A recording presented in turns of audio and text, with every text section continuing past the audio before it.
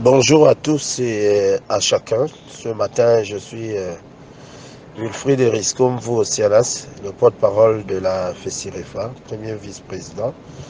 Je suis président du syndicat du Trésor appelé l'Union Générale de la Comptabilité Publique et du Trésor.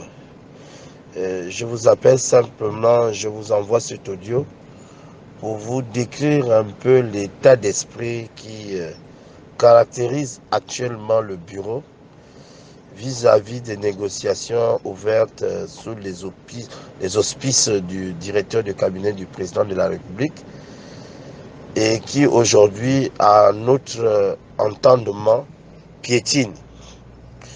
Ces négociations piétinent parce que nous avons la ferme conviction que la volonté ne caractérise pas les deux parties de pouvoir s'en sortir définitivement de cette grève. Si nous, à la FESIREFA, ou les partenaires sociaux en général, nous avons montré notre disponibilité et notre détermination à résoudre ensemble avec le gouvernement la problématique des rémunérations dans les régies financières, du côté du gouvernement, c'est-à-dire de l'administration, nous ne voyons pas, nous ne percevons pas, nous n'avons même pas l'impression que nous avons le même calendrier, encore moins la même ambition. La chose la plus patente, c'est que pendant que nous sommes quasiment en inactivité au niveau de la commission, nous avons, par devers nos renseignements, que les points arrêtés, comme l'audit des effectifs et l'audit des primes, va être fait par l'administration sans les partenaires sociaux. Quelle serait alors, je voudrais dire, quelle serait alors la valeur des résultats qu'ils vont nous produire? Comment faire confiance à des personnes qui vous donnent leur parole et qui ne la maintiennent pas? Comment faire confiance à des responsables qui vous donnent une parole et du jour au lendemain la changent?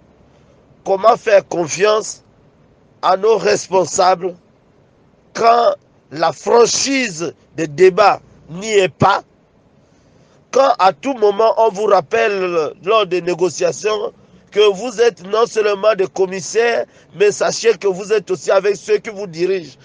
Quelle est l'importance de faire ce genre de rappel si on n'a pas l'intention de tromper, d'influencer et de donner à la fin au chef de l'État un résultat qui soit indigeste, qui soit faux? Combien de fois la fonction publique a fait des recensements, des audits et qui n'ont jamais vu le jour en termes de publication? Comment on peut aller faire un voyage au Maroc pour s'inspirer du cas du Maroc, comment est-ce qu'il gère les régies financières? Nous emportons les résultats 3 semaines après, le rapport n'est toujours pas transmis aux plus hautes autorités. Comment se fait-il que nous sommes allés faire du benchmarking, c'est-à-dire aller s'inspirer d'eux?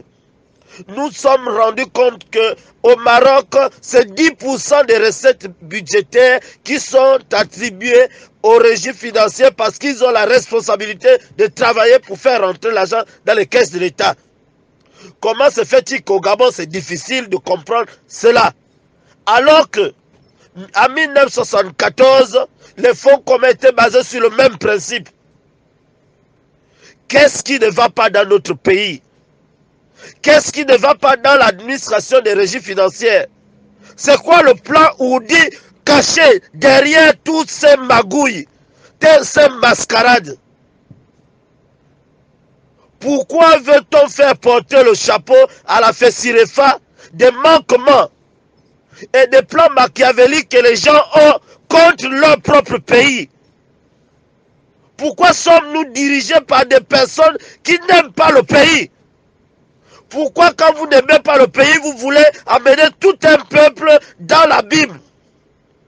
C'est autant de préoccupations qui nous animent aujourd'hui et que nous aimerions avoir ne fût-ce que des réponses.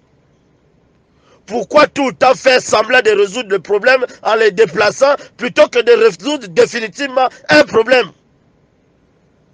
Chers camarades de lutte syndicale, nous ne faisons pas de la politique, nous faisons du syndicalisme, c'est-à-dire l'amélioration des conditions de vie et de travail.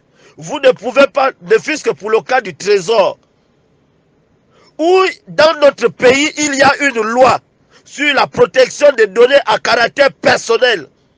Leur utilisation, leur stockage, c'est dans la loi. Mais on veut imposer aux agents du Trésor de pouvoir utiliser leurs empreintes, soi-disant pour gérer la présence. Est-ce que c'est normal? La loi a-t-elle été changée? Comment se fait-il que nous perdons 30% de nos moyens, mais en termes de charges, ça n'a pas d'impact sur les charges vis-à-vis de l'administration? Nos cotisations pour la mutuelle, nos cotisations pour les assurances. Pourquoi si on ne subit pas aussi une décote à ce niveau? Pour que nous puissions pouvoir garantir la stabilité dans nos foyers, dans nos loyers.